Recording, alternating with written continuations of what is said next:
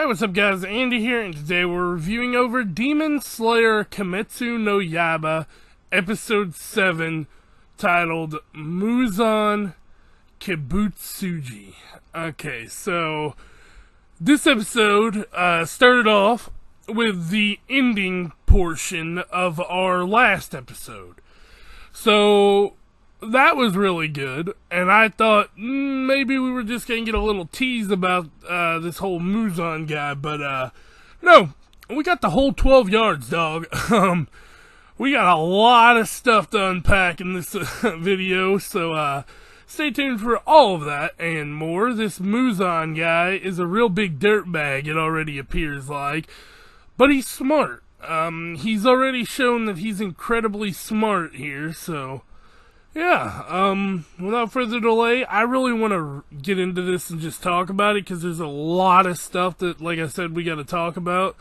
The first part was really good, the second part was really, really good, so, you know, what can you do with that? The animation is on point, the visuals are on point, so yeah, I'm going to go ahead and jump right into this review. If y'all do end up enjoying the video, or, you know, wanting to help the channel out in general, don't forget to like, comment, and subscribe. I'm a little bit tired today, so I hope this review doesn't really lack, but I am really excited to talk about this, so it shouldn't be too bad. It's just going to be the tone of my voice that's off, so yeah. Sorry about that, but let's go ahead and jump right on into this. They say you don't gotta go home, but you can't stay here. And no, I don't wanna be alone in the world out there.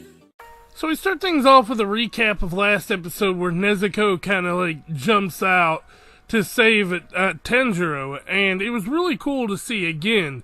But we move into our intro and title card here, and the title is Muzan Kibutsuji, which I think that's how I say his name, I hope anyway, but we move into the fight here. Old dude lunges out at Nezuko, and now it is a one-on-one between those two. We'll get back to that, because Tanjiro jumps down into the black hole, and it's a swamp down under it. And, you know, it was really cool to see him do that, but, like, why wouldn't you, like, at least test the waters first, you know? But, you know, they start swarming him, the other dude too, so they're swimming around him, and he's like, don't underestimate me, you know, the air on Mount, oh god, what was the mountain?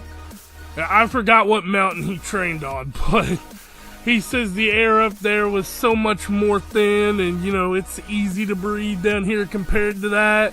So I was just like, oh, so his training is actually going to come in handy, and the whole water breathing stuff really worked out too. But that's not the coolest part of this scene here, because we get to see here water breathing 6th form whirlpool. This is really cool. He pretty much sliced their bodies in half at first, and then the whirlpool kind of swung around and got their heads and everything, so that was cool.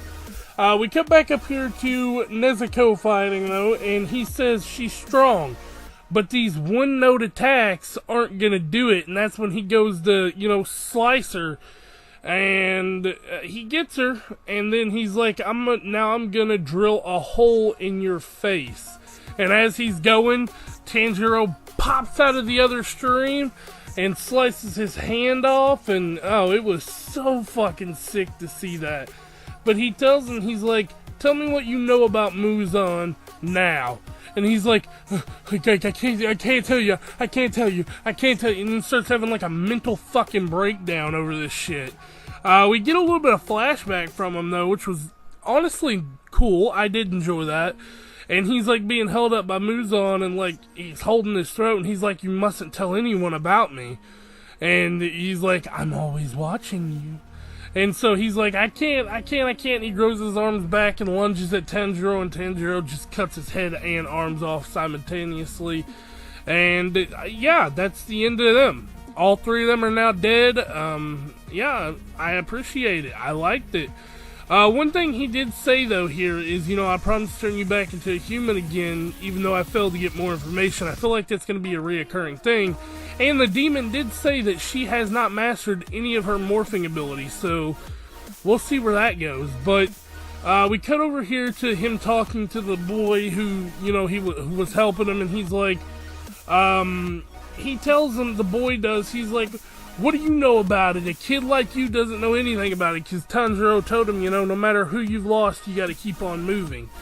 And he told him that you can just see it in Tanjiro's eyes. Like, Tanjiro doesn't say anything here. He's just like, I'll be on my way now. And he doesn't say anything. You can just see it in his eyes that he's went through the same exact thing, which was honestly beautiful and poetic. I loved this scene so much. Right before he leaves, though, he hands him over Sakato's stuff that he found in there. And it was a really emotional scene because he teared up. He was already kind of crying. And he was like, I'm so sorry, I shouldn't have said such a rude thing. I'm sorry, you know, thank you. I can't ever repay you, stuff like that. And he's like, yep, have a good day. And they move on. And as he's walking down the road, he's like, you know, I'm never going to forgive you, dog. Because this was Muzan, not the little guy. No, he's talking about Muzan here. And he's like, how many people have you tormented and killed? And that's when the crow comes and his next mission begins. Asakasa, Tokyo, I think. That's where they're at right now. And the city lights are bright and in the right. But he's eating a bowl of udon here. And he hits the smell of blood. And he's like, why here? Why now? And you can kind of tell it's that same scent.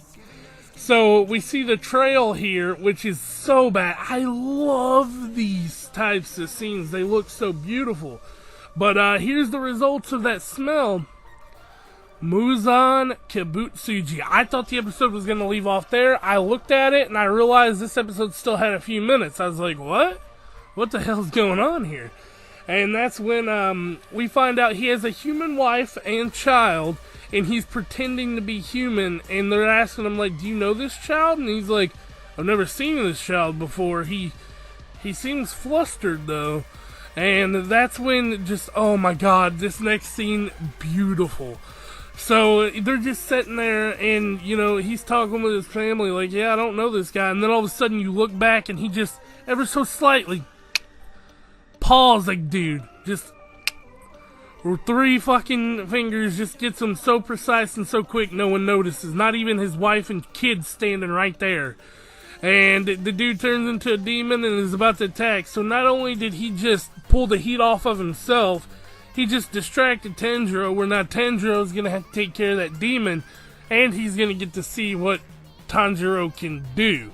He can see if Tanjiro is even a threat at all. That's why I said he was smart in the beginning. Now, that was the end of the episode, but we got our next week's spoiler titled The Smell of Enchanting Blood. So, I don't know. I'm really happy with the way this episode turned out. There was a lot of cool stuff. I especially enjoyed the flashback. I especially enjoyed not the flashback of the episode, the flashback of the demon being that scared of Muzan. I enjoyed the scene where, you know, Tanjiro was looking in the guy's eyes and didn't say anything. I enjoyed the reveal of Muzan, like, full on. I enjoyed the whole big plot twist that he's trying to be human. And I enjoyed the whole little scene where he scratches the dude. It was amazing. But yeah, I hope y'all did enjoy. If you all did, don't forget to like, comment, and subscribe to the channel. It really helps me out a lot. And you'll get more of this content. And we'll be doing episode 8 next week, so stick around for that. And I can't wait to do more of this because this anime is really starting to pick up.